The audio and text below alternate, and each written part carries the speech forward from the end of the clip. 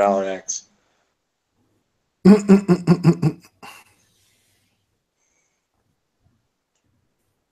So we are live of the Inner Circle podcast. I want to thank everybody for stopping out, or those who are walking in at the moment. Feels good to have the squad together, man. Shout out to B Money. Hey B, what's going on, man? How's everything? Literally slid right in here. Yeah, man. I just got home, so just made the deadline and be here by 10. But it's been a crazy week for me, unfortunately, man. My wife's been in the hospital since Thursday, so I've been around with 4 kids. It's been tough the last couple of days. You definitely learn to appreciate those little things, man, when you don't have your partner by your side. So. Word. Yeah, man. I'm so sorry to hear that. It's definitely been a tough like month and a half, bro. Yeah, man. I'm telling you, it's been rough, but we trucking along. So I hear that, bro. I hear that. Yeah, I hear that. I would, I wish everybody much health and a swift recovery, man. Get the family back together, strong and stuff like that. I know how that could be. I know my wife was losing her mind when I was out of commission for a while trying to take care of 2 kids. So I definitely understand the stress that you're going through at the moment. Yo, man, lots of cool stuff happening. How you enjoying that Wolfenstein, Anchor? Oh my god. I'm on my second playthrough, and I did the Wyatt timeline first, and now I'm doing the Fergus timeline. And the first time I play about medium difficulty, but this time I'm just doing this just for story cutscenes, and so I'm playing through, but I'm playing on a slightly lesser difficulty, and then I'm gonna go back to my original save, and then continue the post game content from there, because I like the Wyatt timeline more, but I wanted to see the Fergus timeline and see how things shook out that way. So that's gotcha. Oh my gosh, even with down sampling on the X, oh my god. Oh, it's just, you don't have a 1080. You don't have a 4K TV yet? Nah, not yet. Gotcha. I'll tell the story later how I got the X. I didn't plan on it, but I'll tell you how later. Cool. Well, listen, man, let's get the show started. Got a lot to talk about. I want to thank everybody for stopping out. Big shout out to TF God. Thank you, brother, for stopping in. J Dub, thank you, brother, for stopping in. Shout out to J Dub, man. I know J Dub is like one of the PS trolls and stuff like that on Twitter, man. But this man has a big heart, just as a person. Like, regardless of all the fanboy stuff that we do on Twitter and we joke around and we play around and harass each other, my man just gave away 3 Xbox One X's or 2 of them or something like that. Now he's giving away a pair of A50s, Astro A50s. Like, this guy is, just like the Santa Claus of Twitter. He really is, man. So shout out to J Dub, man. You gotta love the guy for his generosity and his big heart, man. And he's a gamer at heart, even though he harasses guys like Tim Dog and the Xbox fans on the regular. It's I guess he makes up for it with all the giveaways and stuff like that. So shout out to J Dub and everybody that's stopping out. So let's get the show started. Got a lot to talk about, man. Good to have the Trinity together. And let's get this Xbox news and this Xbox content. And what is going on with Shannon Loftus? Oh, I can't wait to get into this. Here we go. Let's go. Welcome to the Inner Circle podcast, the premier podcast for Xbox. I'm your host, KLRSKLL, with B Money 101. Hey, what's up, everybody? And Anchorman V. Hey, everybody. And remember, the Bethesda's the best publisher of the year. Why you had to mess my intro up by saying that nonsense, man? Like, come on, man. Get out of here with that nonsense, man. And you are listening to the Inner Circle podcast. Listen, okay, first of all, let's jump into this Xbox One X review. Let's get this out the way. So everybody got their X's. I want to shout out my man Avalanche, who is a mod for us on the Tick Stream team, and he was nice enough to get me an Xbox One X. If you guys didn't know, I had an Xbox One X on Amazon, and I wound up canceling it because they wound up changing their trade-in policy, and I wasn't able to get I wasn't able to trade in my Xbox One S on time to pay off the Xbox One X, which was actually going to come the day it was supposed to drop. So I wound up canceling it. I couldn't find an X. And my homeboy Avalanche, who's a part of the, like I said, he's a part of the Tick family. He works for Krispy Kreme Donuts, okay? And Krispy Kreme Donuts is across the street from GameStop. And he delivers donuts to these guys like every day or like every other day or something like that.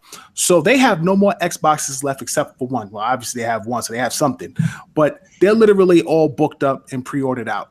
And he's like, yeah, man, I'm speaking to the guy now. He's like, if you can get there by 4:30, they'll give you the box. Now, I'm with my kids, my daughter, my son, and stuff like that.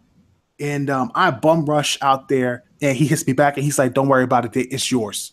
It's yours. Just whenever you get here, you get here. And I'm like, word? And he's like, yeah. And I get there, they're like, man, mad people came in asking for the X, and everybody got rejected. Like, nah, they have it. And they held that Xbox for me. And I drove all the way from Point Siena, which is like 40-something miles away from my crib, all the way to the GameStop in Orlando, which is like on the, I live on the outskirts of Orlando, I guess you could say, in a way, on the outside of Kissimmee. So it's a pretty long trip. And to get there and have him do that for me was really appreciative of that. And I was able to go home with an Xbox day one at midnight. So very grateful for that, man. But give me your impressions of the Xbox One X so far. If you have one, I don't know if B bought one yet. I think B is holding out. But if you got one, let me know what your thoughts are on the Xbox One X, what you've played, what you think of the enhanced games. Do you think Microsoft lived up to their word, and has it exceeded your expectations? Let's start with Anchor. All right. So first off, I gotta preface this with, I had no intention of picking up the X this year. My big thing was I like, we had this big conversation on the on the podcast, like we've been all year. I thought $500 was too expensive. I still think that for the mass audience, but I had an opportunity arise that I had to do. And I got to shout out my man Shane over at GameStop, who's been keeping it real with me and really saving my bacon in a lot of cases when it comes to hardware. Basically, the situation was, I was like, okay, well, I don't have a 4K TV, and I was planning on getting a 4K TV down the line. So, okay, I'll pick up the 4K TV first, and then maybe get a Scorpio next year, and then it'll be fine by then, and we'll have a good time. Then Patrick Lineman from Eurogamer, Digital Foundry, makes one tweet that ruined my entire day and changed everything. So on Friday, he tweets out this picture of Wolfenstein: The New Colossus, which I just played through, and so I was fairly familiar with its graphical fidelity. And he goes out and says, "This is a picture. This is after Twitter compression. This is what it looks like super sampled on a 1080p TV with the Xbox One X." I was like, "Oh my god, that looks amazing!" It just looks so crisp and clean, and just looks so good. And I was just like, dude. And I was telling people, like, talk me out of this. Don't make me do this. And so I was like, all right, well, I'll give it a shot. I'll try it out. So I make the call. So I was like, okay, I'll call my local GameStop. I'm not going to call around to all the other stores in town. I'm going to ask one thing. If they have it, then it was meant to be. If they don't have it, it's not happening. So I give them a call. I said, he picks up, "Hey, this is Shane from GameStop." I'm like, "Hey, Shane, it's Ivan." He's like, "What's up?" I'm like, "Well, I got to make an impetuous decision." He's like, "What is it?" It's like, "You got any one of those Xbox One X's lying around?" And he's like, "I have one." It's like, "I'll be there at 6. It's like, say no more. Lo and behold, get there at 6. He's got it there waiting for me. And I bring my Xbox One S. I'm thinking $100, $115. I have the 1 terabyte One S. So this is something important. If you're looking on trading to upgrade, Microsoft's going to deal with GameStop that if you trade in any Xbox One S console, you are getting $150 towards the X. Guaranteed. You could be a 500 gigabyte, could be 2 terabyte. You're guaranteed $150 towards the X. So so if you're looking to upgrade, you're looking at $350 starting price. So in terms of hardware after that, I only had one little piece of hardware. and it was another controller. And basically, my man Shane did some behind the scenes wizardry, and I basically, after taxes, walked away with a $300 Xbox One X. Nice. That's what's up. Yeah. Hey, That's what's up. I was like, I can't refuse that. I can't say no. Okay. So now that you got through that and you got the console, yeah, is it worth it? Based on the 1080p experience. So with the 1080p experience on it, I notice a difference. And I've played a ton of games today to try it out. Let's see. So far, I played a little Destiny 2, played Overwatch, Rainbow Six Siege, Wolfenstein, Call of Duty, Witcher 3. Those are the big ones that I messed around with. I was just trying to get an idea of like, okay, what does this look like to the 1080p crowd? What's this looking like? So far, my experience, I think all but 2 of the games I noticed significant differences in. So one of the big ones is any game that's Xbox One X enhanced, you can tell. You can see a difference in that fairly clearly on a 1080p display.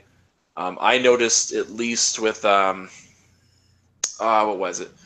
I tried out. They had the Fallout 3, which got an Xbox One X enhancement. And I tried that out, and it just looks so crisp, man. It looks like it's a PC port.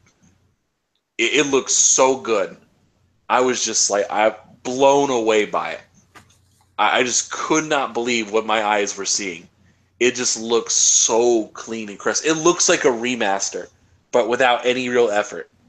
And then like I compared it with Fallout New Vegas, which is the same engine, same almost everything. It's just different game. And like, there's a difference. Like one of the things with Fallout in particular is like, if you go to an NPC, like their skin has this kind of glow to it, so you don't really see like a defined edge.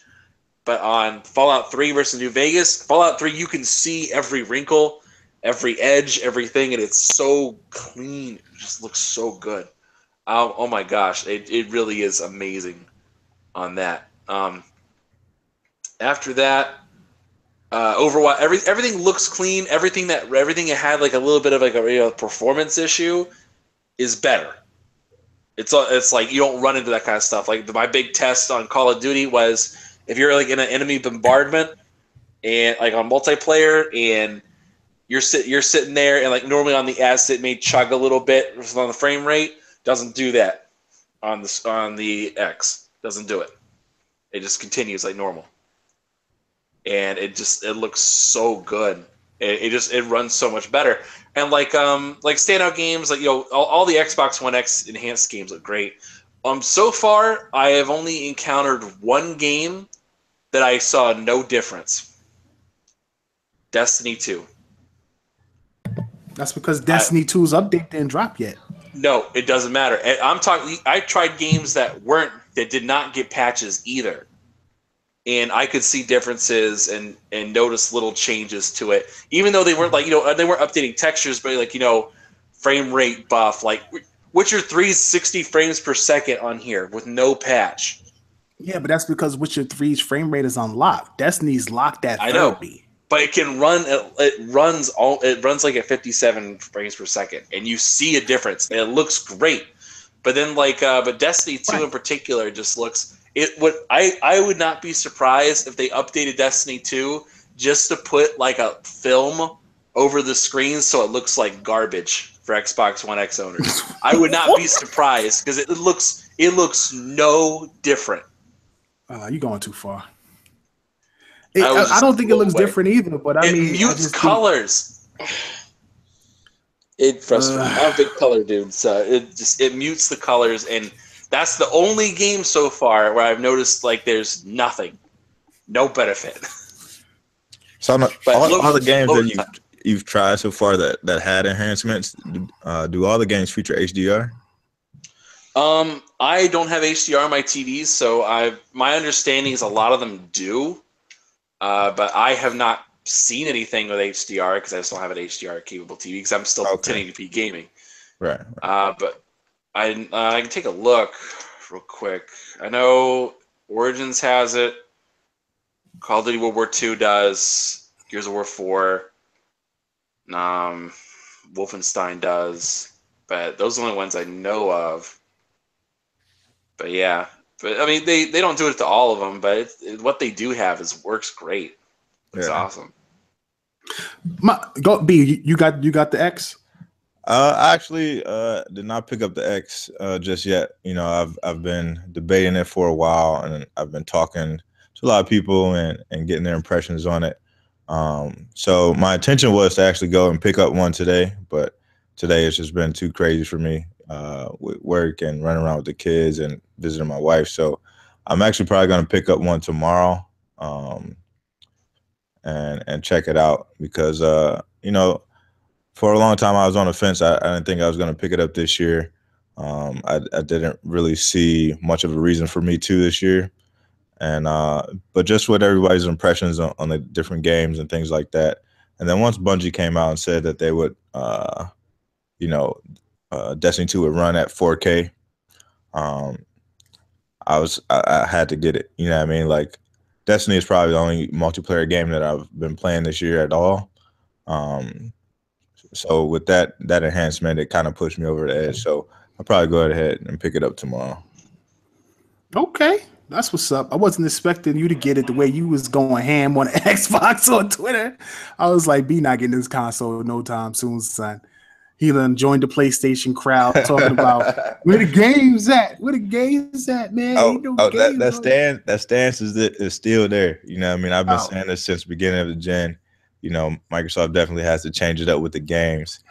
So I'm definitely still looking for the games, but I think they've definitely put out impressive hardware, so I can't hold them, you know, too much to that. So I'm gonna go ahead and jump in, and hopefully the games come through. So my impressions, man, is I get the Xbox home. First of all, you ever been so excited about something that you literally burn energy from the excitement? Like, I get home, I'm like, oh my God, I got the X. Okay, cool. I literally unplug all the wires from the back of my TV. Like I have to reset all the setups in the back of my TV for the X and make sure all the wiring is neat after removing my Xbox when I install that. Plug everything back up, turn the Xbox on, it gives you the new intro with the Scorpio chip and everything like that. And it comes on pretty quick. You know, it's really fast. It's to the point. I'm like, okay, this is sweet. You start, I log in. I start downloading all of my apps and all this stuff like that, and all of my everything that was on my other Xbox. I started re-downloading that stuff. You know, just regular basic things. Then those enhanced games kicked in, and that put me to sleep. Like, I literally went to sleep at that point. I came home, was so excited to play this thing, get a chance to see what it looks like, and literally fell asleep. Woke up in the morning, okay, stuff was still downloading. Halo still downloading. Gear still downloading. I'm like, God, this is just nuts. There's like so many enhanced games and stuff being updated. But the crazy part is I didn't even get a chance to play any of the really big enhanced games yet. I've still held off because my backlog of third-party games is so huge. Because I've been playing these like PC games for such a long time. Ark, Conan, you know, just a bunch of games that had like pretty long hours, like Watch Dogs 2. I finally finished that. I did Ori Definitive Edition. So I was just knocking out a lot of old games and things, you know. And it's tough playing when you're doing the podcast and you got a bunch of stuff happening, kids, whatever. So you find time when you can. But to make a long story short, I said, you know what? I'm gonna play Mass Effect, and I had some thoughts on Mass Effect too, because I never gave thoughts on Mass Effect, and I'll try to give that as quickly as possible. But I said I'm gonna play Mass Effect, and I'm gonna get into that, and I'm gonna play Ark. So, you know, if guys don't know, we have our own Ark server. TICGN has their own Ark server, and it's starting to fill up. It's only 20 people. It's only a 20-person server, but it's starting to fill up really good. It's gonna be pretty dope. And I log in, and Ark looks incredible. Like I'm sitting here literally getting killed by dinosaurs. That's like 150 level. I'm like level 1 because I'm fascinated at the fact that I can actually see clouds in the sky actually moving, and the water looks super realistic, and the leaves in the distance look super realistic. And I'm like, holy smokes, this is just bananas to me. And I was just blown away by it. But again, it's Ark. So, you got to go through the paces of trying to survive, eat, get food, whatever, build shelter, just to get through the night. I eventually get off of that game. I get on Mass Effect. I don't think Mass Effect got any update whatsoever. Whether it's frame rate, whether it's 1080p, it didn't get anything. It didn't get anything. It pretty much looks the same. What I will say for Mass Effect though is that a lot of people didn't like the game, and I'm trying to figure out why. Literally in love with this game. Like, I've been playing this game straight for like 10 hours every day, and it's because of the simple fact that it doesn't take as long to get your characters, but I really love the aspect of exploring, discovering, building colonies, building up the Nexus, like just doing all of these side quests. Like, I'm on the second planet, I forget what it's called, but I'm on a second planet and I meet this new race of aliens, and it's so many missions. There's so many missions on this planet, and there's so much to explore and so much to do. I just find it really cool, and the mixing and matching of abilities and powers is crazy. And I know I'm late to the party on it. I took my time with Mass Effect, and I'm glad that I did because all the patches kicked in, and now the game plays great. It just doesn't look great. It just doesn't look like it's better than what the last generation games were. Like, last generation, Mass Effect was like a top 5 looking game. This generation, it's not even in the top 10. So, not saying that it has its moments, but it's just not where I think it should be compared to some of the other games that's been released. So, but overall, gameplay-wise, it's been great. And honestly, I've held off on playing any other enhanced games. I literally want to be surprised by everything that I get a chance to try. And like, I didn't beat Quantum Break, so that's next up on my list. I haven't even started Record Definitive Edition, so I can't wait to play that.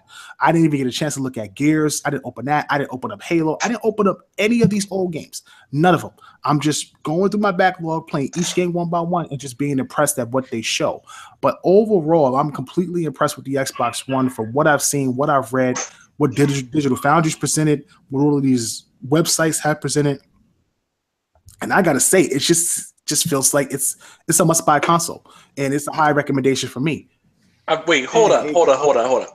You haven't played Recore, and you haven't played Quantum Break, and yet you still call yourself the last son of Planet Xbox. You know why I call myself that?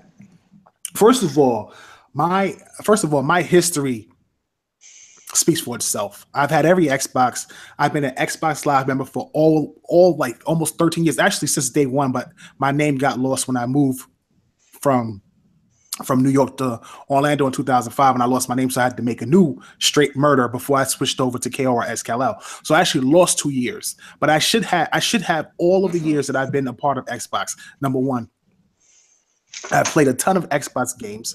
I have extensive knowledge with Xbox, and everybody at Xbox likes me more than they like you. So don't ever try to play me, son. Okay? I'm the last son of Xbox for a reason. Now, moving on.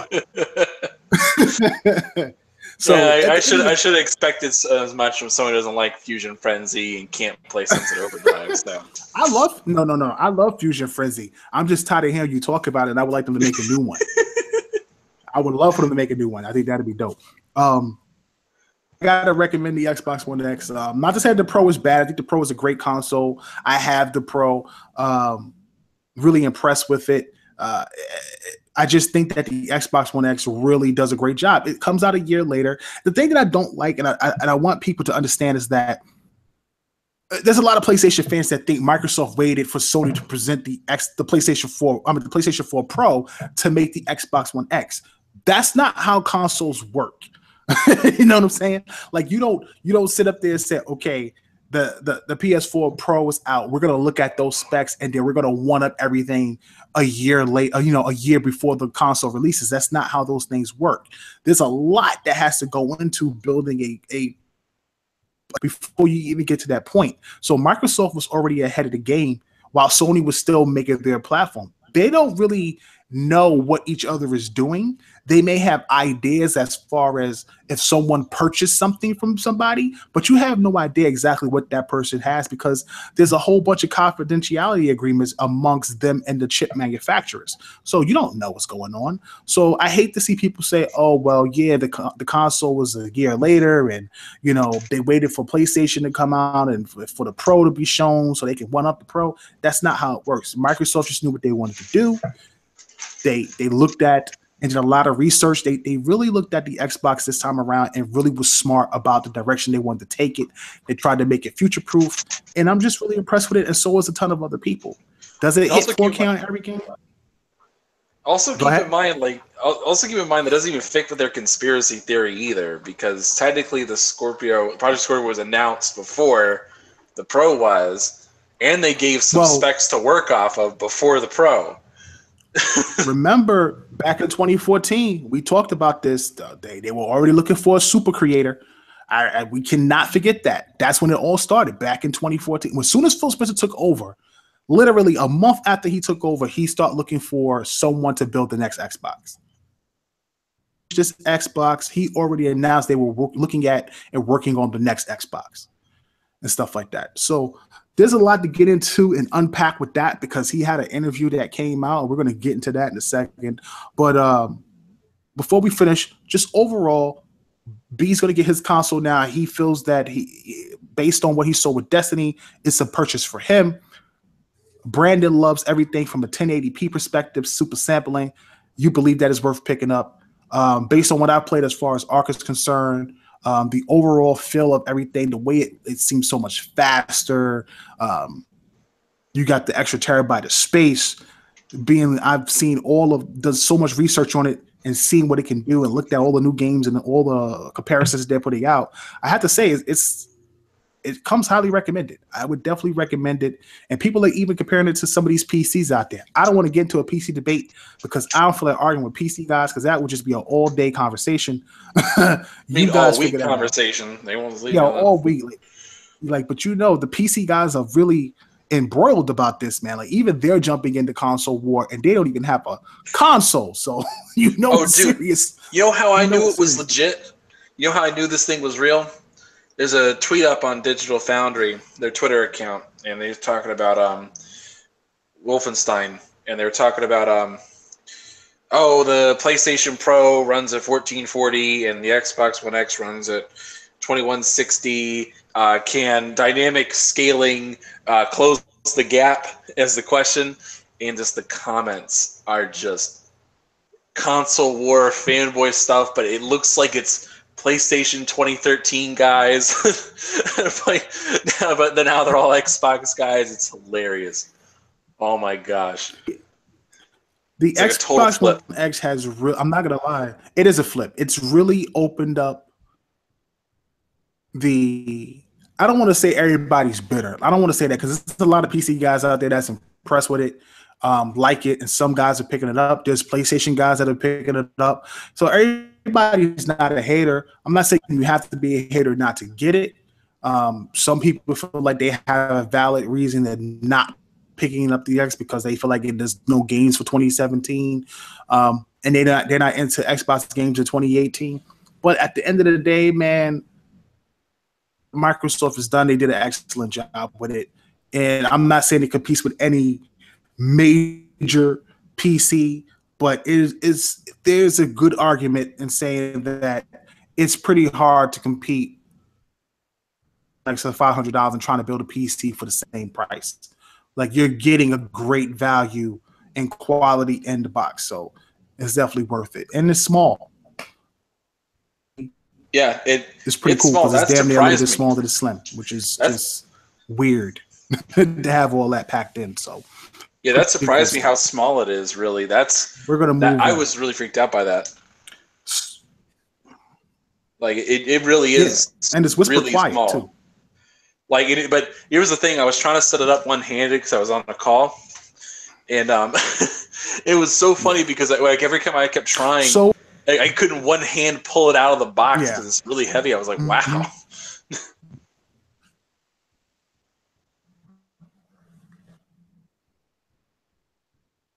Heavy. Go ahead. that damn thing will kill you. You hit somebody in the head with that Xbox, bro. It's a wrap, yo. It is over, son. So listen, Phil Spencer came out. He had an interview where he talked about first party and he talked about finally, and I'm not saying that he hasn't talked about this before, and I want to get into this conversation because we always talk about this on Tick Podcast. We talk about the games that Microsoft produced. We talk about Don Matrix 1 billion and what that was invested into and what you saw and stuff like that. And people are like, well, where's the 1 billion? Where's all the games Microsoft talked about having? They already came out. Like they already released, and some of them even got canceled. Yeah, and that's money lost. That's money wasted. Fable Legends cost a lot of money. I can tell you right now, Quantum Break probably costs millions. You just think about this. Literally, Visceral came out and said that was $6 to just what cost how much you think Quantum Break costs to produce? No, it's definitely up in the high millions. I would probably say 40 to 50, if not 60 million on that game, to be honest, just because of the actors that you had in the game as well. Yeah, 60, 65, somewhere in there. That sounds about right. It was definitely up there. But when you include that, then you talk about also including the production for Halo, your production for Gears, whatever you pay for Sunset Overdrive, whatever you pay for Rise, all of your Forza games, the indie titles that came out, besides the Cupheads, the games like Ashen, the games like Ori and the Blind Forest. Like, I don't think people realize what that $1 billion went to. And now they're on the road of really trying to rebuild what Xbox was. So Phil Spencer is now the vice president of gaming for Xbox. He's at the seat with Satya Nadella. He doesn't have to answer to nobody. He has Satya Nadella's ear, and he can give advice and talk directly to Satya. And he's in a position now to do what everybody's been begging him to do. First-party studios to make more first-party games. And I've been saying this for a long time. If you're not going to let 343 Turn 10 and the coalition make games, then you need to allow them to make new studios. B had a great idea in saying that, look, you got talented guys at these studios. There's got to be some type of a seniorship ladder or leadership ladder where, somebody who is a protege or, next in line to be the next big producer or the next big artist or the next big director has to come up and take over a studio and start producing new content for Microsoft. And it seems that is a direction that they're going to be doing. So Phil came out. He said he's looking at acquiring new studios. He's looking at creating new studios for Microsoft, and they're going all in on first party, which was the plan from the jump.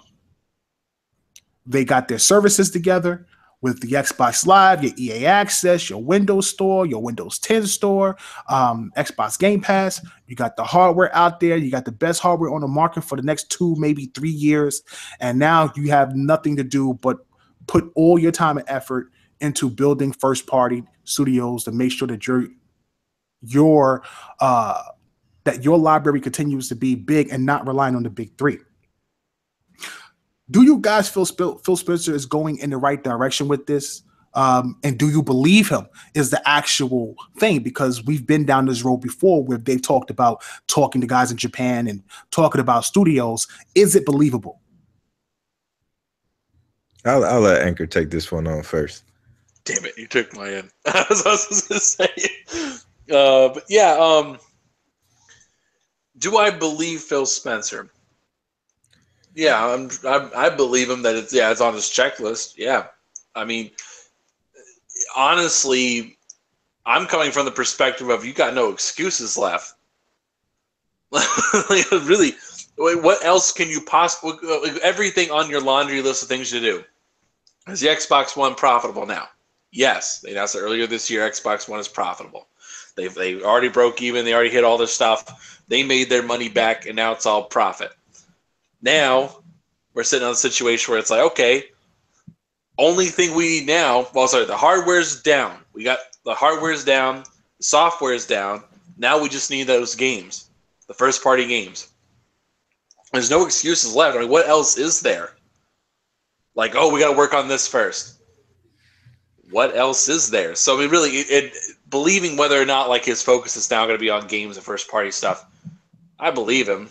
The only thing I don't really believe is that he's just now starting to work on this, because like clearly he's had games in the pipeline he's been greenlighting since 2014. Because saying, "Oh well, I haven't been looking at any games so far, so yeah, we're just getting started now, and at the end of 2017, yeah, we'll see you guys in 3 years." Right. Like that's not happening. So I mean, hey, we're going to see these games coming out a little bit more. We should start hearing about E3 2018. I wish they had some sort of Xbox event, beforehand to notify us of these kinds of things. But true, that's the hand we're dealt here. I mean, as far as believing Phil, I definitely believe Phil has the intention of building first-party studios and expanding on their first-party portfolio, and even acquiring, new studios. But I'm just not sure what the direction is as far as the games is concerned. I mean, we've been hearing this talk from the Microsoft team since 2014, since Phil has taken office, and there just hasn't been a lot of production, in my opinion, of games that really grasp the Xbox gamer attention. I think they've swung a lot and they've missed a lot. So it's going to be interesting to see what these first-party studios are going to be producing and what direction they try to go into. Because I think, like you mentioned, Cal, I think what they should have did is try to grow from the inside. And I know at the three major studios, they have to have some side projects that somebody's been working on there, that they've been throwing at the wall, trying to see if something sticks. So I would like to see something come from one of the major studios first, because I think the production value would be higher there. And I think it's probably more likely that the game would see some sort of success, rather than to go with a brand new studio and run into some of the situations that they've been running into. But I definitely believe Phil's intention. I just hope it goes in a positive direction. Yeah, I agree with that. I agree with B here, because that's something where it's important, I think, and also as a point of a sign of things to come, so to speak. A effort, they say, hey, we're working to make sure you get to play. We're actually going to put some work into making some new IPs and stuff. Like okay, having let's say, for example, they how to put this. Let's say Microsoft walks out there and they're saying, "Oh yeah, we got Mojang, our Minecraft guys. They're gonna make a new game for everybody, and they're gonna make something fun. That's not Minecraft." You'd be like, "Okay," but imagine they come out and they say, "Coalition's working on that IP that they showed off back in 2013," and be like, "Oh man, that's crazy. That'd be great." It would mean a lot more. It shows devotion. Like, we're willing to put our big parties on making new games, and it's not just it's not just a bunch of smoke. We're not just positioning ourselves. I mean, I agree. I listen. I like Phil as much as the next Xbox guy. You know what I'm saying? I think a lot of people's like, how the hell did Phil get promoted? That's like, I see that all the time. How did Phil get promoted? What did he do? Xbox still's like, it sucks. It's still in second place. It's still yada yada yada. I don't think people understand that. Like, hardware wise, yeah, it's been a decline. I think because a lot of people are waiting for the Xbox One X, but software wise, services wise, this damn division has been rising, like consistently every year. People are subscribing to Xbox Live. They're like 55 or 54 million subscribers that are actual active users. There's a big difference between having people that are subscribed to you and then there are people that are active users, meaning that they use their platforms and their consoles. I said this on the last show. You see Sony going in that same direction because you have to assess things a little bit differently this generation. And it's very different compared to last generation. And the reason why I'm saying that is because we were reliant so much on physical hardware because social media in the digital age wasn't big. You can only get these games on one device. You know what I'm saying? You can only get it on Xbox or you can only get it on PlayStation. Now you have an explosion in indie games, an explosion in mobile gaming. You have PS Now on PC. You got Xbox games on PC. You got Nintendo games on mobile phones. Everybody has access to play anything they want. Steam is huge. You have GOG. You have all these services and all these things out there that people can play games on. You're playing games on platform or console. It doesn't have to be the end all be all anymore. So you look at digital sales, and all these digital sales have starting to really take over, or really start to skyrocket. Something that Microsoft saw in the beginning, wanted to make an all digital platform. Unfortunately, they were just 3 years too early. And with that being said, what Phil is trying to do now and build these studios up and trying to develop some sort of first party power because they have to get back to it. And I truly look at it from the fact, I think that Phil is trying to erase the Don Matrick era.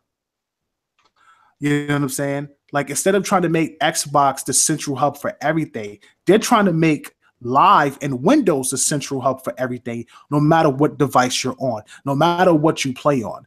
And they're seeing big numbers when it comes to those games. My concern out of all of that, though, is what Phil said at the end of that interview, after talking about making new studios or acquiring new studios. And that was a simple fact that he said, not only would you may see more first party studios on other platforms, but there may be a point where you don't even need an Xbox to play Xbox games. And it's not to say that they won't make Xbox, but it's to say that they're really looking at Xbox Game Pass as a way where it would just officially be like the official Windows store. And you just play games out of that store, almost like Steam in a way. Is what they're trying to do with Game Pass, except Game Pass right now is on Xbox and only houses 100 games.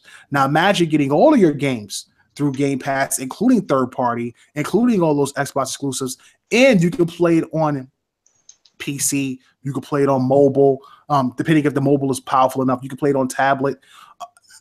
It's a huge difference. And they're talking about Azure and how being able to run games through Azure, I guess, is some type of streaming thing, and the way Azure is starting to come out. And I'm really sitting here saying to myself, wow, like Microsoft really is trying to change the direction that not only gaming is going, but console gaming is going, by including Azure as a way to probably stream or play games off of servers now. And it's a big change. And I don't think a lot of people are going to be happy about it. I don't think a lot of people is going to be excited for that. Myself, as a dinosaur, someone who always plays on console, wants to continue to play on consoles. But that could be the future. It could be a thing where you just buy a nice TV.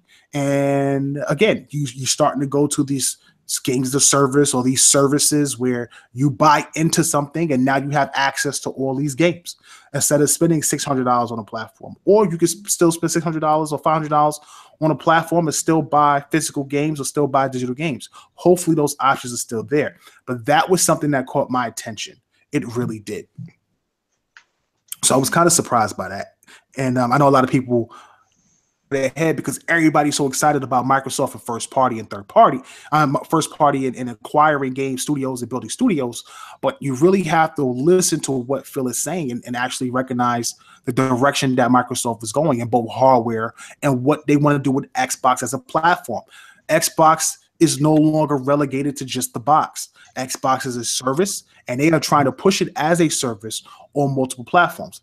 I know a lot of PlayStation fans felt like they were going to get first-party games like Halo and Gears on PlayStation. That will never happen.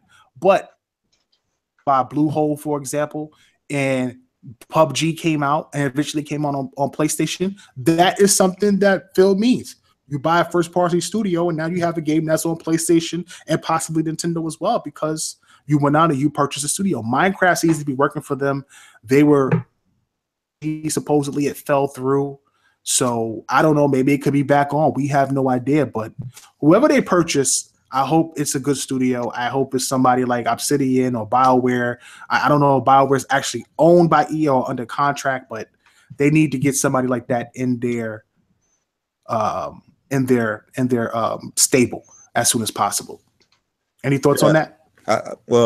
Before we talk about them purchasing the studios, I did mention this quite a while ago, but I thought when they signed the partnership with Samsung to kind of help promote the Xbox brand and the Samsung brand, I always thought that was a gateway for them to put Xbox on the TV.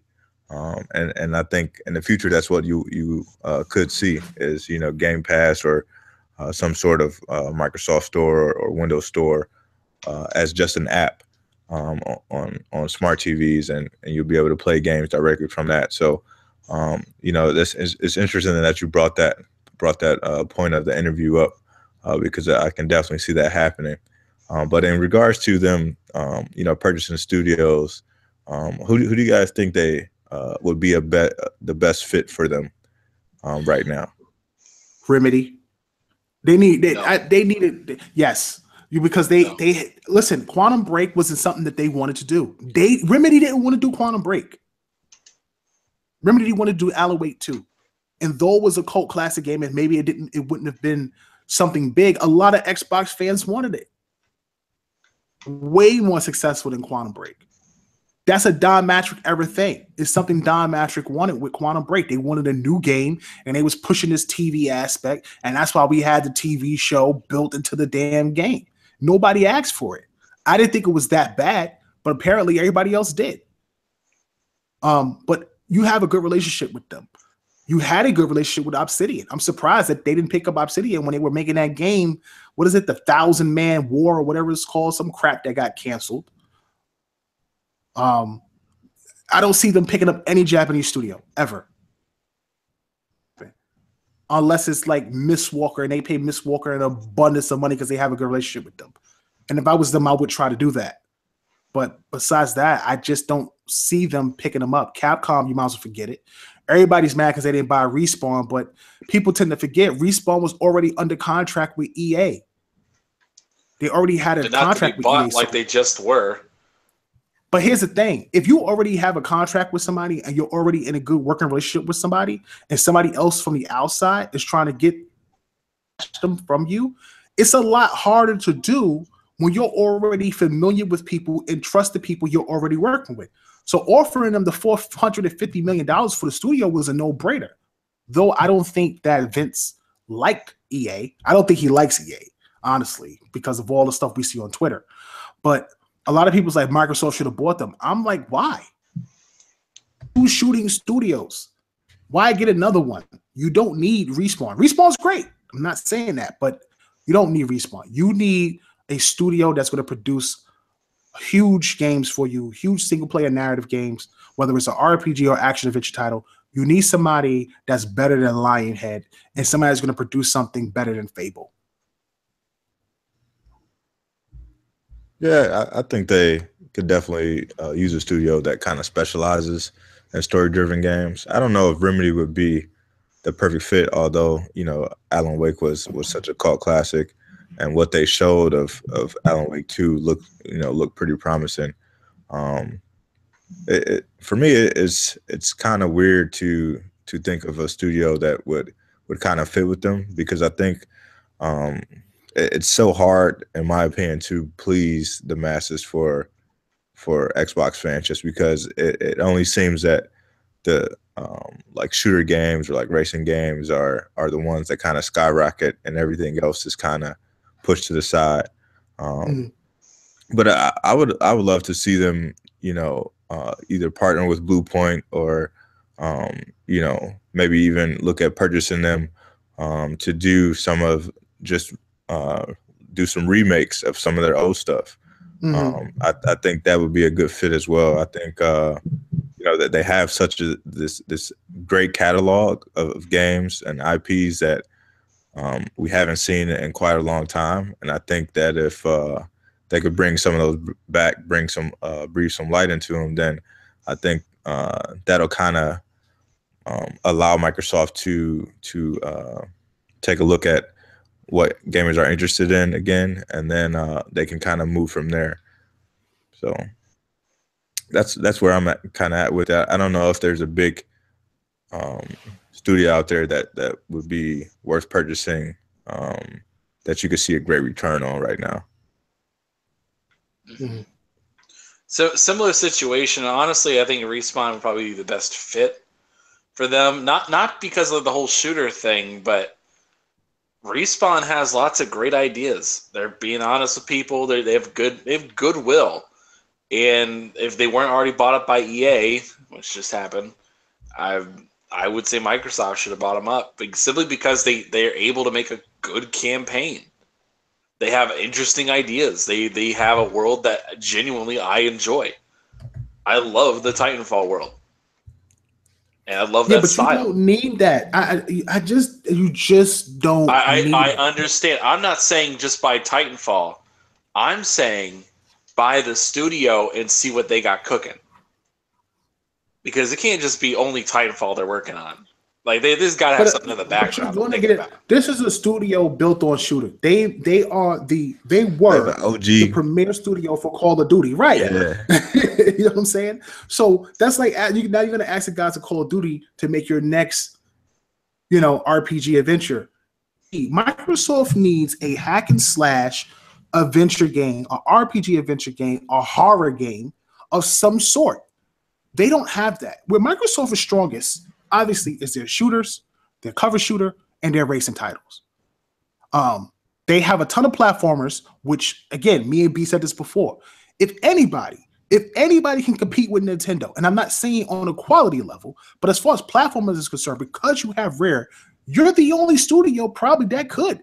Sonic is trash. It's like Sonic can't put the bottle down. Whoever's making Sonic games just continuously be trash. Sony doesn't really have any mascots like they used to have anymore. Microsoft is the only company with Rare. When Sea of Thieves comes out, Rare or whoever they hire needs to be working on these platformers. You need to be working on the next Banjo, Cameo, Conquer. You look at that back catalog, you got Battletoads. You already did a great job bringing back Killer Instinct. These are studios that you could just be pumping out $29.99 games every year, just like Super Lucky Tail. Even though Super Lucky Tail got poor reviews and it kind of made Shannon Loftus go off the rails a little bit. You have these games where you could be pumping out $29.99 platformers every year if you wanted to. Yeah, and you need studios for that. And that's where I think, a studio like Blue Point or someone similar, would be such a benefit to them, because every August or September you could bring one old game back. You know what I mean? And whether it's a remake or a remaster of some sort or a reimagination like they did with the Ratchet and Clank game. You know what I mean? You have that feather in your cap, and I think that would bring a lot of goodwill to people who've been asking for a lot of these older games to return, and you don't have to put that much effort into them, and like you say, you can release them for $30, and it's just something nice to look forward to. You know what I mean? Every year. Exactly. Microsoft needs a studio. Not saying Obsidian is the best studio ever. I'm not saying that, but they need somebody, and Obsidian is willing to be bought. TICGN reported on that, as well as a few other websites, and they're willing to be bought. You have to make a studio like that an offer, because they bring something to the table that you no longer have. You got studios like Moon Studios that they don't own, but they own Ori. Ori is a Microsoft, IP and trademark. You have to buy Moon Studios. That studio is talented. You can see it with Ori. You need to buy Studio MDHR. You know what I'm saying? You need to buy them because Cuphead is that good. People love it. So if you have these little studios, you have to make them offers. It's exactly what Sony did back in the PS3 days. You know, you get these little studios and they pump out these little cool games that people love, and they see the talent, they recognize the talent, and they snatch them up. And then you wondering why Sony has all these studios now. A lot of those studios no longer exist today. But at the time, it really made PlayStation such a strong brand because of what they had with the PS3. PS2 is just a different conversation. People always try to talk about, well, power doesn't matter. Look at what the PS2 did. I think people tend to forget that both Xbox and the GameCube came out a year later. Dreamcast died in between that time, and PlayStation was the only damn console on the market, and they snatched up every developer you could think of. So it kind of is not fair in that regard. When it comes to Xbox and GameCube, both platforms are really good. But yeah, PS2 was absolutely dominant that generation. But I just think that Microsoft really to cover the genres they don't. And that's exactly what I told Shannon Loftus. That's exactly what I said to her. I think I figured it out. Starbreeze. Starbreeze Studios? Microsoft needs to buy Starbreeze. Isn't Starbreeze a publisher? They publishing that that game we did it. No, they're a bigger studio that has smaller teams like the Overkill team and that kind of stuff. But Starbreeze, if they pick up that group, that could really work out. Because here's the thing. I look at it as Microsoft is known for, well, in the past has been known for shooters and online multiplayer. And something that I think they could really capitalize on, and they've been doing it this generation in particular, is trying to get these little slightly obscure PC games over to Xbox and trying to bring them to console and really making that effort. These are games like Payday, Dead by Daylight, PUBG, The Culling, all these game preview games, Ark, all these kinds of games. And there's one studio who they have interesting ideas, and they're doing things that aren't necessarily just shooters, but they're doing things that are unique and different enough you could foster your own, like a bunch of little communities and really bring an interesting perspective on stuff. For example, imagine if Payday was exclusive. If Payday 3 was exclusive to Xbox. You have a game. Wait, listen though. You have a 4-player online co-op experience. So, and that is what Xbox is known for. Online and shooters. You have Payday. You have Dead by Daylight being exclusive to Xbox. You have a whole thing, and they have these cool ideas though. Yeah, I know you're trying to make it more of it in terms of all this stuff. I'm just saying play to your strengths, but Seabreeze has a bunch of different ideas, and they're able to come up with new things, and that's what I'm looking towards. That's what I think they need to go. You know who Microsoft should buy? Focus Home Interactive. That's a studio you could buy if they were up for purchase. That'd be good. They make a lot of like these little smaller, adventure RPG action games. You got Vampire coming out. You had the Technomancer.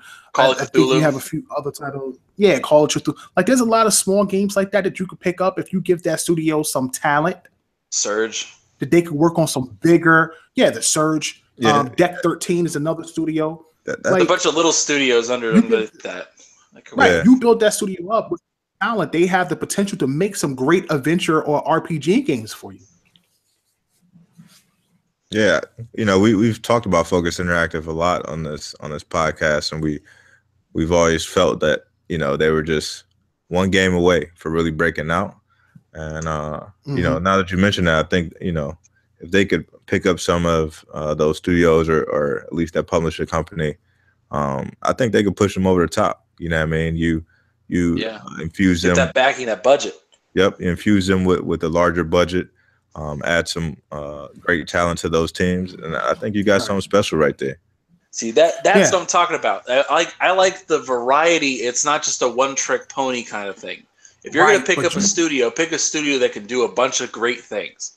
Exactly. That's what they need to do. That's what Rare needs to do. And see, that's why I'm thinking, like, okay, Respawn, I feel like they have a lot of good ideas. Yeah, they're pigeonholed in the shooter category, but I was trying to think of somebody like that. Seabreeze kind of does the same job, but yeah, Focus Home, if they could get, like, they have the way Focus Home is built up is they have a couple little partnership stuff, like with Don't Nod and who are the guys who made the Surge, Deck 13. Yeah, Deck 13. There's another group that works with them on occasion, but they have studios they own, like Cyanide Studios, Frogware, Spiders. They have all these little studios they own that are under their name, and they're working on things like the Call of Cthulhu single player game. They're working on the Werewolf game. They work on the Styx franchise, and like these are cool little spots, and they crank out games. But the big thing, like they're all really good games. Ultimately, it's just they suffer from a really weak budget. They suffer from a small budget. That's what they suffer from. That's how I look at it. They suffer from having a small budget and not enough talent, or not a big enough pool of people to work on the game, and then the game comes out and it's a mid-level game. It plays like a mid-level game. It feels like it, but it feels like it should be more, and it could be more. It's in that double A sphere, but it hasn't hit that triple A sphere yet. Right. Exactly. Right. So, yeah. So we'll see, man. I don't know what Microsoft has up their sleeves. Hopefully they can get things together. And again, I've said this multiple times. We know Microsoft has 3 games in production. I've spoken about this numerous times. I don't know what they are. I didn't know what studios were making them. I just knew that they had these games in production, and that was factual. That wasn't a rumor. That wasn't something that I made up off the top of my head. These are things that I know from people that I've spoken with at Microsoft and things like that. So, purchasing more studios and things like that, hopefully you'll see more. I think next holiday season, they're going to have at least maybe 1, maybe 2 new IPs, because all the games that got pushed back from 2017 is popping up early 2018. And I said this before, I think with the X, with early 2018, some of the Japanese games that they got coming out, you have games like Code Vein, you got Black Desert, which is a Korean MMO, you got the Dragon Ball Fighters from Bandai Namco, you got Crackdown, State of Decay. What am I missing? Crackdown, State of Decay, Sea of Thieves, which I heard looks amazing in 4K. Yeah. Monster Hunter, which nobody expected Monster Hunter to be on Xbox. You got Anthem. You got Metro coming out. I know some of those games are multi-plat, but those are marketing deals with Xbox, and you're going to see a lot of featured with Xbox, and they're going to be enhancing it for Xbox. So it's going to be a big time featured Xbox game. So Microsoft just seems like they're going to have a big year in 2018. I'm not saying it's going to be the greatest year ever. I'm just saying it looks like they're going to have a huge year in 2018. I think at the end of the holiday season, if they can produce 1 or 2 new IPs that nobody knows about, besides Forza Horizon 4, they have a special year, especially if all those games are rated well. But we have to get there. We have to get through this year. Next year starts in about a month and a half, so we'll see what happens. Moving on, and on to our last topic. I want to thank everybody for coming out. Make sure you give us a thumbs up. We are greatly appreciative of everybody stopping out and having conversations in the chat with us tonight, hanging out with the Premier Podcast for Xbox. So, off this on the show for a pretty long time now. We've had extensive conversations off and on. There's always been something where I haven't been able to get her on. Spoke with her recently, and because of her last couple of interviews and everybody kind of getting on her on Twitter, she has withdrawn herself back from doing interviews. So I will not be able to get her on the show this year, unfortunately. I'll see if I can keep Duncan on, who I've been to talk with as well. Maybe we can end the year talking about Rare, or maybe I can get Phil on at the last minute if he's willing to come on the show. Listen, her job is the head of Microsoft Studios. She's a lady that is greenlighting any games coming out of Microsoft Studios and probably presenting studios and games to Phil Spencer, which means she has to have the eye for Xbox games. And currently, a lot of Xbox fans and some other people might not be excited for what Microsoft has presented or what they've seen. Her job, obviously, and I'm not defending her, but her job, because I think a lot of people is, regardless of what the game does, is to try to present the game in the best light possible and sell the game. It's obviously up to us, the media and the gamers, to decide whether the game is good or whether the game isn't good. Well, apparently, Ryan McCaffrey does not like Super Lucky Tail, and he let it be known that he didn't like it. And Shannon did not like that he let it be known. And she had a few choice words for Ryan, basically stating that, he shouldn't be trying to discourage people from buying the game. That turned Ryan away or whatever. He felt like he had to take some time off from Twitter. But, that's the first time I've ever seen an Xbox executive sort of step in against media that seemed like media was trying to deter people from getting Xbox. And a lot of Xbox fans were getting on Ryan McCaffrey because he's supposed to be the Xbox, the podcast unlock guy. He's supposed to be the Xbox guy, and he's out here tweeting about how bad Super Lucky Tail is, and don't listen to people in the on Xbox writing the reviews because those reviews are kind of skewed. One of those type of things. And she was offended at that because that's a game that she probably brought to Xbox, and I'm not sure if what she has done has been successful for Xbox's generation, and maybe she's feeling the heat. It could be a thing where she's feeling the heat, so she spat. My thing is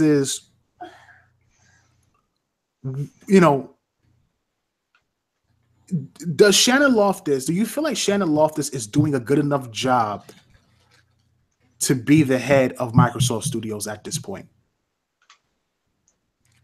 I don't know. I feel like I can't talk about that, maybe because it's just she's in a weird position where she can't talk about anything clearly. Like, she can't bring up anything because, like, NDAs, you don't want to announce your hand too early. But at the same time, it's like you gotta take like a Jim Ryan, just don't say anything. Please, just not right now. Just don't say anything. Like, it's just, she's getting a lot of hate for a lot of stuff. And, like, with this most recent deal with Ryan McCaffrey, it's just like, this didn't need to happen at all. It just sounded really dumb to me. It just didn't need to happen. I think for me, as far as her making the right decisions, I think right now, I would say that she probably isn't. I don't think she has the pulse of the Xbox fan.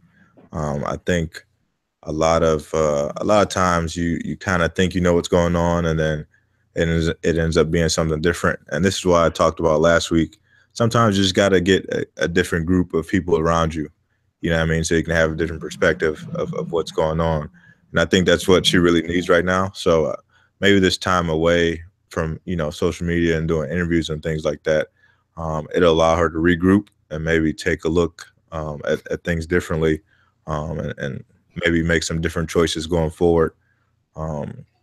If you just look at some of the first party output, and I understand that she works for Microsoft, and you want to talk about being positive around the games that release.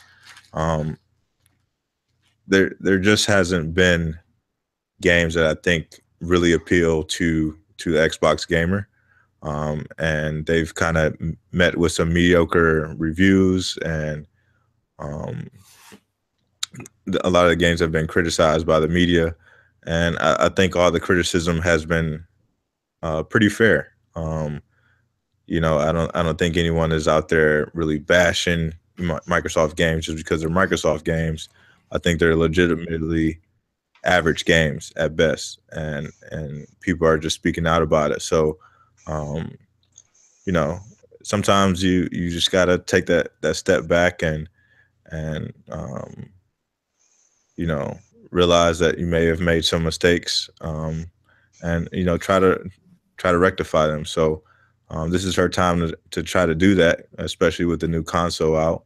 A lot of people are excited. A lot of people are really pumped for what Xbox future holds. So I think making the right decisions in the future is going to be very important. Otherwise, I think you start to lose more of that fan base. My thing though is Microsoft's. Listen, has Microsoft look? Because I see this all the time. Xbox has no games. Microsoft games aren't good enough. Microsoft games. Listen, I've enjoyed first party titles from Xbox. I'm not saying that they are all of them are classics. Some of them are, in my opinion. Ori, I think, is a classic. I think Forza Horizon 3 is a classic. Enjoyed my time with Halo. I've enjoyed my time with Gears, which I'm still. What I played in Quantum Break is pretty cool. I'm not saying it's bread, but I don't think it's bad by any means. I enjoyed Rise, though a little repetitive. I thought the story was amazing. Hate Sunset Overdrive, not because Sunset Overdrive is a bad game, but according to Anchor, it's because I'm old and I can't keep up with the bouncing and the grinding and all that stuff like that. So, supposedly, but. Day, man, all of those games at the end of the day, man, all of those games have been highly rated. This is the one thing that I think people are glossing over when it comes to Xbox. Microsoft games have been rated pretty well. I don't think people. Most people say that's this, but a lot of they mid. Go ahead. No, I was gonna say I don't think people overlook the fact that the classics are highly rated. I mean, you know, I've mentioned this quite a few times, but like most of the games you mentioned are games from the last gen. So when you look at like Rise and you look at Quantum Break, those games were rated averagely. You know what I mean?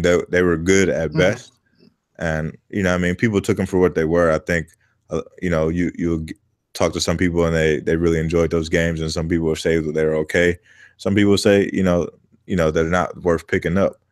But if you push aside all the stuff from last gen, so if you take away Forza Horizon, if you take away Halo, if you take away Gears, and just look at the other output from this gen, most of those games are average to good at best.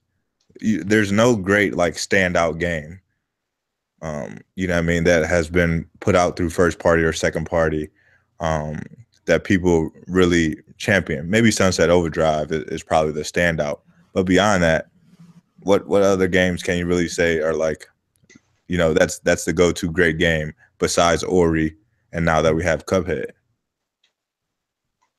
It's a good question.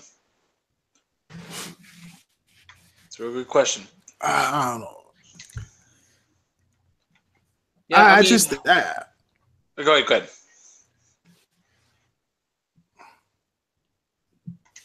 ahead. I was just gonna say that I'm not. I just think that a lot of people make what Microsoft has done. I haven't even played these games. This is the thing that's funny to me. Like, most people haven't even played these games to judge these games. They read reviews, they read some people's comments, and they just automatically judge the game off the rip without even getting their hands on an Xbox. And I know this because most people don't have an Xbox. Most people have PlayStations.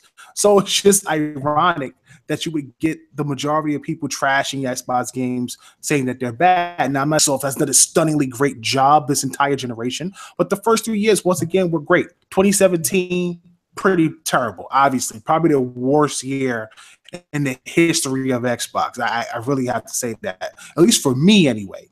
2018 seems more promising. They seem like they have more games. I think Microsoft is going in the right direction with what they have. Phil as VP and as head of Xbox, finally getting somebody in a position that actually cares about Xbox, instead of always kind of like dangling it like a carrot in front of a horse. In a way, like you're dangling the Xbox in front of Microsoft so Microsoft can go. But the reality of it is we've heard so much talk about Microsoft trying to jettison the Xbox division because the shareholders weren't happy with it. Now you see Microsoft and Xbox having Xbox position where it's a huge part. It's a major part of the company. And again, I've always said this. I always felt like Microsoft was holding Xbox back. No one wanted to listen to me when I said this. But now you see Phil in a position of power and starting to make moves to put Xbox at the forefront of Microsoft, along with Windows, Azure, and some of the other divisions. And that's huge. That's great. So hopefully, I think out already with some of the games they already have, they can reestablish and strengthen their first party portfolio going forward, because they have strong first party and they have strong first party IP. It's just that we don't see them bringing these games back, and they need to invest in new things as well to freshen up the library. And I think we'll get that in 2018. That's just how I see things. And again, I'm not anything like that. A lot of guys know I get on Xbox and I get on Microsoft for a ton of things. I'm the first person to complain about something that I don't like with Microsoft. But with all the conversations I've had and all the conversations we had with, guys from Phil to Albert Pernello to Seamus Blackley, from watching them do services and Game Pass to the hardware, only place they can go is games. There's no place else to go. Microsoft knows what they need to do going forward. They can never put themselves in a position where they can be the butt of jokes to PlayStation again. They just can't. At least not not to a level where they're so significantly behind power-wise that overpass it, because they feel like it's not worth the purchase, because the power is so insignificant in comparison to what so Xbox powerful. I think they'll hear about based on we have years, and you already lock attack could defy open up the owners and let, and on the map you have some narrative. You already have this game, so you're about a lot during that, so I'll just say that much. I don't know. I feel like, at least going back to the Shannon Loftus thing, I think we're being a little too harsh on her, honestly, because I understand what she was trying to say. It's just one of those things where it's like, the Jim Ryan situation, where it's just like, we know what you're trying to say, but just don't say it. Just don't. And because I get what she's trying to say, because Ryan's like, oh well, it's a mediocre game, and she's trying to say hey, don't tell people not to buy it because it's not that bad. But it's one of those things where you didn't really have to say anything, and you did. So there's not much we can do now about it. But just don't say anything in the future. It's not worth it. I agree. All right, so listen, man, that's it for the show tonight. Any thoughts or anything you guys want to touch on before we head on out of here? Not me. No, I just want to play my X. Yeah, man, I'll be joining the crew, picking up the X tomorrow. So I'm looking forward to it, man, being able to get that boy home and unbox it. I really want to check out some of the games that feature HDR, see how impressive that looks. Definitely looking forward to it. The peer pressure was on. You guys got me. Oh, dude, it was bad this week. Oh my god. I will be having the X in hand tomorrow. So thanks for all the peer pressure, guys. Appreciate it. If you want to see the game that's gonna if you want to see the game that's gonna make you be like, oh my god, this was worthwhile, go play Wolfenstein. No joke. I'm on the mission where and I'm like, I'm playing on a 1080p headset, or not, 1080p display, and I'm playing the train level right now. Oh my god! It just you're seeing everything rushing by and all the lights going by, and it looks so amazing. I don't even have HDR, and this looks great. Oh my gosh, man, you gotta play it. The Xbox One X, without question, is definitely a great platform. I'm very happy about it, very excited about it. So I'm about to hop on some Mass Effect myself and continue playing that. I want to thank everybody for stopping out. The team back together once again, talking about Xbox, all things Xbox all the time. Make sure you give us a subscribe if you love Tick Podcast, man. We are the premier podcast for Xbox. We don't hold no punches back, man. We don't try to baby Microsoft or nothing like that. We try to keep it as real as possible, but we also try to keep it logical and reasonable at the same time and not go to the extremes just to try to, goad people into listening to the show. So again, man, thanks everybody for stopping out. Make sure you give us a big thumbs up. We'll be back next week with another episode of Tick Podcast, Saturdays at 10 p.m. Eastern. You can check out Iron Laura Podcast tomorrow at 11 a.m. Multiverse Mondays at 8. And of course, you can check out Double X and it's on Tuesdays